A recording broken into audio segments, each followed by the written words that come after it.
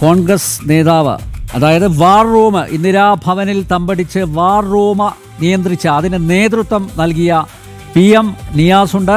അദ്ദേഹത്തെ സ്വാഗതം ചെയ്യുന്നു ചർച്ചയിലേക്ക്. PM നിയാസ്, അഭിനന്ദനങ്ങൾ. ആദ്യമായി അഭിനന്ദനങ്ങൾ രേഖപ്പെടുത്തുന്നു. വലിയൊരു വിജയമാണ് UDF 2026 നിയമസഭാ തെരഞ്ഞെടുപ്പിൽ നേടിയിരിക്കുന്നത്. ഒപ്പം നമ്മുടെ രാഷ്ട്രീയ നിരീക്ഷകൻ ഡോക്ടർ മോഹൻ വർഗീസും ഉണ്ട്. ഞാൻ ആദ്യം PM നിയാസിലേക്ക് പോവുകയാണ്. PM നിയാസ്, ഇത്രയും വലിയ ഒരു വിജയം പ്രതീക്ഷിച്ചിരുന്നോ? UDFന് വിജയം സമ്മാനിച്ച ഘടകങ്ങൾ എന്തൊക്കെയാണ്? ഞങ്ങൾ നേരത്തെ പറഞ്ഞു, കഴിഞ്ഞ 10 വർഷമായി ഭരിക്കുന്ന ഇടതുപക്ഷത്തിൻ്റെ ജനങ്ങൾക്ക് ഉള്ള ഏറ്റവും അവരോടുള്ള പ്രതിഷേധം അത് ഇത്തവണ തെരഞ്ഞെടുപ്പിൽ ഉണ്ടാകുമെന്ന് ഞങ്ങൾ നേരത്തെ പറഞ്ഞതാണ്. ഒരു തെരഞ്ഞെടുപ്പിൽ മുന്നോട്ട് വരുന്നതിന് മുമ്പ് തന്നെ, തെരഞ്ഞെടുപ്പ് പ്രഖ്യാപിക്കുന്നതിന് മുമ്പ് തന്നെ 100 സീറ്റോടു കൂടിയുള്ള തിളക്കമാർന്ന വിജയം എന്ന് ഞങ്ങൾ തുടക്കം മുതൽ പ്രഖ്യാപിച്ചതാണ്. അതിൻ്റെ കാരണം ഞങ്ങളുടെ ആരുടെയും നേട്ടമല്ല. ഈ ഗവൺമെൻറ് ഉണ്ടാക്കി വച്ചിരിക്കുന്ന ജനങ്ങൾക്ക് അഹിതകരമായ വിലക്കയറ്റങ്ങളും അതുപോലെ അവരോട് ധാർഷ്ട്യം പ്രകടിപ്പിച്ച് ധിക്കാരത്തിൻ്റെയും അധികപ്രസവത്തിൻ്റെയും ഒക്കെ കെടുകാര്യസ്ഥതയുടെയും ഒരു ഭരണമായി എന്നുള്ളത് കൊണ്ടാണ് ഞങ്ങൾക്ക് ആ നേട്ടം ഉണ്ടാക്കാൻ കഴിഞ്ഞത്. നിങ്ങളെ ഇവിടെ ഇപ്പോൾ നമ്മൾ ചർച്ച ചെയ്യുന്നത് കേരളത്തിൽ ചരിത്രത്തിൽ ഇന്ന് വരെ എൻ്റെ ഓർമ്മയിൽ LDFന് ഇത്രയേറെ, അല്ലെങ്കിൽ CPMന് ഇത്രയേറെ വോട്ടുകൾ, ഏതാണ്ട് മുസ്ലിം ലീഗിൻ്റെ സീറ്റുകൾ പോലും ലഭിക്കാത്ത ഒരു സാഹചര്യമാണ് ഇന്ന് നമ്മൾ കണ്ടുകൊണ്ടിരിക്കുന്നത്. അപ്പോൾ അങ്ങനെ ഇത്രയേറെ ഒരു പ്രയാസമുണ്ടായ LDFനും അല്ലെങ്കിൽ CPMനും പ്രയാസമുണ്ടായ ഒരു തെരഞ്ഞെടുപ്പ് ഉണ്ടായിട്ടില്ല. കേരളത്തിലെ ഇന്ത്യയിലെ അവസാനത്തെ LDF അല്ലെങ്കിൽ CPMൻ്റെ മന്ത്രിസഭയാണ് ഇന്ന് ഇവിടെ അവസാനിച്ചത്. ഇത് ജനങ്ങളുടെ പ്രതിഫലനമാണ്, ജനങ്ങളുടെ ആഗ്രഹ സാഫല്യമാണ്. അതാണ് ഞങ്ങളിവിടെ സൂചിപ്പിക്കുന്നത്. ഞങ്ങൾക്ക് ഒരു കാര്യം തുറന്നു പറയാൻ ആഗ്രഹിക്കുന്നു. ഞങ്ങൾക്ക് 140 ഇതിനു മുമ്പ് 1977 നമുക്ക് നല്ല വിജയമുണ്ടായിരുന്നു എന്നുള്ളത് ശരിയാണ്. പക്ഷെ അന്നത്തെ സാഹചര്യമല്ല. ഇന്നത്തെ സാഹചര്യം BJP ഉൾപ്പെടെയുള്ള ആളുകൾ ഒരു ഭാഗത്ത് മത്സരിക്കുകയും പല സ്ഥലത്തും ത്രികോണ മത്സരമായി മാറിയ ഒരു കാലഘട്ടത്തിലാണ് നമുക്ക് ഇത്രയും വിജയം ഉണ്ടായിട്ടുള്ളത്. മാത്രവുമല്ല, ഈ ഗവൺമെൻറ്റിനെതിരായുള്ള വികാരം അത് UDF പറയുന്നത് പോലെ തന്നെ BJP പറയാൻ ശ്രമിച്ചു. പക്ഷേ ജനങ്ങൾ അത് UDFനൊപ്പമാണ് ഉണ്ടായത്. ഇപ്പോൾ V മുരളീധരൻ ഇവിടെ ജയിച്ചു, ചെറിയ വോട്ടിനാണ് ജയിച്ചു. ജയം തന്നെയാണ്. 3 സീറ്റുകൾ BJPക്ക് കിട്ടുമെന്ന് ഞങ്ങൾക്ക് തിരുവനന്തപുരത്തെ 1-2 സീറ്റുകളുടെ കാര്യത്തിൽ മാത്രമാണ് ഞങ്ങൾക്ക് സംശയം ഉണ്ടായിരുന്നത്. പക്ഷേ 3 സീറ്റായി വർദ്ധിപ്പിച്ചു എന്നുള്ള യാഥാർത്ഥ്യമാണ്. പക്ഷേ ഞങ്ങൾക്കുള്ളൊരു അനിലിനോട് എനിക്ക് പറയാനുള്ളത്, ഇവിടെ ജയിച്ച സ്ഥാനാർത്ഥിയായിട്ടുള്ള V മുരളീധരൻ കോൺഗ്രസിനെയാണ് അല്ലെങ്കിൽ UDFനെയാണ് മത്സരിച്ചുകൊണ്ട് പറയുന്നത്.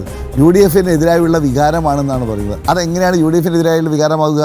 അദ്ദേഹം ജയിച്ച സ്ഥലത്ത് അവിടെ നേരത്തെ സിറ്റിംഗ് ആയി നിന്നിരുന്നത് CPMൻ്റെയും LDFൻ്റെയും മുൻ മന്ത്രിയും MLAയുമായിരുന്ന വ്യക്തിയാണ്. അദ്ദേഹത്തെയാണ് പരാജയപ്പെടുത്തിയത്. അവിടെ എങ്ങനെയാണ് കോൺഗ്രസിനെതിരായി പറയുക? അപ്പോൾ നിങ്ങളുടെ മനസ്സ് ജയിച്ചാൽ പോലും നിങ്ങളുടെ മനസ്സ് നിങ്ങൾ ആരെയാണോ തോൽപ്പിച്ചത്, ആരുടെ വോട്ടുകളാണ് നിങ്ങൾ കൂടുതലാക്കി, നിങ്ങൾ അല്ലെങ്കിൽ അവരെ ചെറുതാക്കി നിങ്ങൾ വലുതാക്കി ജയിച്ചത്, അവർക്കെതിരെ നിങ്ങൾക്ക് രാഷ്ട്രീയവുമില്ല, കാര്യങ്ങളില്ല. നിങ്ങൾക്ക് ആകെ ഉള്ളത് കോൺഗ്രസ് തകർക്കണമെന്ന്. ഈ കോൺഗ്രസ് കഴക്കൂട്ടത്തെ ഫൈനൽ ടാലി പുറത്തു വന്നിട്ടില്ല. പക്ഷേ ഒരുപക്ഷെ V മുരളീധരൻ ഇൻഫർമേഷൻ കിട്ടിക്കാണും. UDF വോട്ടുകൾ ഒരുപക്ഷെ കടകംപള്ളി സുരേന്ദ്രൻ പോയിട്ടുണ്ടോ? നോക്കൂ മഞ്ചേശ്വരത്തും കാസർഗോഡും പാലക്കാടും സംഭവിച്ചത് എന്താണ്? സംഭവിച്ചത് ക്രോസ് വോട്ടിംഗ്, വോട്ട് മറിച്ചു കൊടുത്തില്ലേ? വളരെ കൃത്യമായി ക്രോസ് വോട്ടിംഗ് നടന്നിട്ടുണ്ടെന്നാണ് അവിടുത്തെ ആ മണ്ഡലത്തിലെ കണക്കുകളൊക്കെ സൂചിപ്പിക്കുന്നത്. നിങ്ങൾ നേരത്തെ എല്ലാ കാലത്തും പറയുന്നത് നിങ്ങൾ ജയിച്ചിട്ടില്ലെങ്കിൽ വോട്ട് മറിച്ചു. നിങ്ങൾ എത്ര സ്ഥലത്ത് വോട്ട് മറിച്ചു?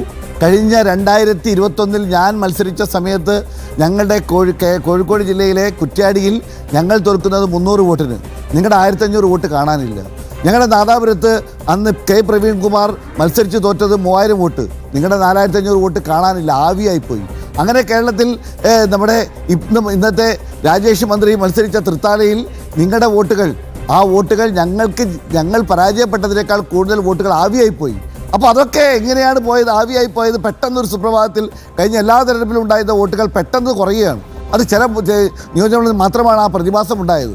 ആ ഒരു പ്രതിഭാസം ഞങ്ങൾക്കെല്ലാം ഞങ്ങളന്ന് പറഞ്ഞതും ബോധ്യപ്പെടുത്തിയതുമാണ്. ഇന്ന് ഞങ്ങൾക്ക് 102 സീറ്റാണ്. നിങ്ങൾ ആലോചിക്കണം, ഞങ്ങൾ മത്സരിച്ചത് CPMനെതിരെയാണ്, ഞങ്ങൾ മത്സരിച്ചത് BJPക്കെതിരാണ്. അങ്ങനെ ഞങ്ങൾ മത്സരിച്ച് ഞങ്ങൾക്ക് ജനം തന്നിരിക്കുന്നത് 102 സീറ്റാണ്. അവിടെയാണ് നിങ്ങൾ പറയുന്നത്. ഞങ്ങളൊരു കാര്യം പറയരുത്, നിങ്ങൾ എപ്പോഴാണ് മഞ്ചേശ്വരത്ത് ജയിച്ചിട്ടുള്ളത്? നിങ്ങൾ ഒരു കാലത്തും ജയിച്ചിട്ടില്ലല്ലോ.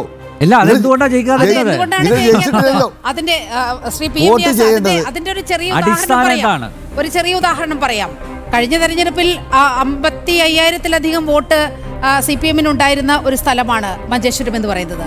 ഇപ്പോൾ നോക്കൂ, വളരെ കുറച്ച് വോട്ടുകൾ മാത്രമാണ്. അതിന്റെ ഫൈനൽ ടാലിയൊക്കെ വരാൻ പോകുന്നതേയുള്ളൂ. ചെറിയ വോട്ടുകൾ മാത്രമാണ് CPM-ന് ലഭിച്ചിട്ടുള്ളത്. നോക്കൂ, അവിടെ നിന്ന് CPM-ന്റെ ഒരു പ്രതിനിധി മാധ്യമങ്ങൾക്ക് മുൻപാകെ പറഞ്ഞ ആ വീഡിയോ വളരെ വൈറലായിരുന്നു. മഞ്ചേശ്വരത്ത് ഒരു കാരണവശാലും കെ സുരേന്ദ്രൻ വരരുത്, അത് തടയിടാൻ വേണ്ടി ഞങ്ങൾ UDF-ന് വോട്ട് മറിച്ചിട്ടുണ്ട്. അതാണ് മഞ്ചേശ്വരത്ത് കണ്ടത്. കൃത്യമായ ക്രോസ് വോട്ടിംഗ് BJP ജയിക്കാൻ സാധ്യതയുള്ള എല്ലായിടത്തും പ്രയോഗിച്ചു. അതിൽ നിന്ന് വിഭിന്നമായാണ് ഇപ്പോൾ 3 വോട്ടുകൾ BJPക്ക് സ്വന്തമാക്കാൻ കഴിഞ്ഞത്. ആ 3 സീറ്റ് എന്ന് പറയുന്നത് എത്രയോ സീറ്റുകൾക്ക് തുല്യമാണ്. കാരണം അത്ര വലിയൊരു ഫൈറ്റ് കഴിഞ്ഞുകൊണ്ടാണ് BJP 3 സീറ്റ് പിടിക്കുന്ന സാഹചര്യം ഉണ്ടായത്. ഞാൻ അതിന് മറുപടി പറയാം. താങ്കൾ പറയുന്നത് CPM-ന്റെ വോട്ട് കുറഞ്ഞു എന്നാണ്. താങ്കൾ പറയുന്നത് മഞ്ചേശ്വരം മാത്രമല്ല, കേരളത്തിൽ 102 നിയോജകമണ്ഡലത്തിൽ വലിയ വോട്ട് കുറഞ്ഞു. 140 മണ്ഡലത്തിലും. നിങ്ങൾ മനസ്സിലാക്കേണ്ടത് 63,000 വോട്ടിന് ടീച്ചറമ്മ ജയിച്ച മട്ടന്നൂർ എത്ര വോട്ടാണ് ജയിച്ചത്? 60,000 വോട്ട് അവിടെ കാണാനില്ല CPM-ന്റെ. അവർ കാലങ്ങളായി ജയിച്ച പയ്യന്നൂർ, അവരുടെ വോട്ട് ഇവിടെ പോയി 40,000 വോട്ടിന് ഡിഫറൻസാണ്. തളിപ്പറമ്പിൽ ഇപ്പോൾ ഉള്ള CPM-ന്റെ പാർട്ടി സെക്രട്ടറി ഗോവിന്ദൻ, അദ്ദേഹത്തിൻ്റെ ഭാര്യയാണ് ഇപ്പോൾ വീണ്ടും മത്സരിച്ചത്. അവിടെ 40,000 വോട്ട് കാണുന്നില്ല. അത് പ്രകാരം കേരളത്തിലെ വോട്ടുകൾ, CPM-ന്റെ വോട്ടുകൾ എല്ലാ സ്ഥലത്തും ഇല്ലാതായിട്ടുണ്ട്. എൻ്റെ ജില്ലയിൽ താങ്കൾക്കറിയാലോ, CPM-ന്റെ LDF-ന്റെ ജനറൽ കൺവീനറായിട്ടുള്ള TP രാമകൃഷ്ണൻ, അദ്ദേഹത്തിന് കഴിഞ്ഞ തവണ കിട്ടിയതിൻ്റെ 30,000 വോട്ട് കുറവാണ്. അതേപോലെ കോഴിക്കോട് ഞാൻ ജീവിച്ചിരിക്കുന്ന ഒരു നോർത്ത് സീറ്റിൽ കഴിഞ്ഞ തവണ LDF-ന് കിട്ടിയതിനെക്കാട്ടും 16,000 വോട്ട് അവർക്ക് കുറവാണ് കഴിഞ്ഞ തവണ കിട്ടിയതിനെക്കാട്ടും. അപ്പോൾ അതേപോലെ ഇപ്പോൾ ഞാൻ കഴിഞ്ഞ തവണ മത്സരിച്ച സമയത്ത് കിട്ടിയിരുന്ന 82,000 വോട്ടാണ് നമ്മുടെ റിയാസിന് കിട്ടിയത്. ഇത്തവണ അദ്ദേഹത്തിന് 72,000 വോട്ടേ കിട്ടിയിട്ടുള്ളൂ. അപ്പോൾ നിങ്ങൾ ആലോചിക്കേണ്ടത്, ഓരോ തെരഞ്ഞെടുപ്പിലും അവരവർക്ക് വോട്ട് ഷെയർ ഉണ്ടാവും. അതിൻ്റെ ഒന്നും ബൾസ് ഞങ്ങൾക്ക് വേണ്ട. ഞങ്ങൾ വളരെ കൃത്യമാണ്. ഇവിടെ 3 സീറ്റ് ഞങ്ങൾക്ക് ജയിച്ചു. അത് തെരഞ്ഞെടുപ്പിൽ ഞങ്ങൾ അംഗീകരിക്കുന്നു. ഞങ്ങളെ സംബന്ധിച്ചിടത്തോളം നിങ്ങൾക്ക് സീറ്റ് കിട്ടണ്ട എന്ന് തന്നെയാണ് ഞങ്ങളുടെ രാഷ്ട്രീയ നിലപാട്. ആ നിലപാട് പ്രകാരം ഞങ്ങൾ മത്സരിച്ചു. ഞങ്ങൾ ഏറ്റവും നല്ല നിയമത്തെ ഏറ്റവും നല്ല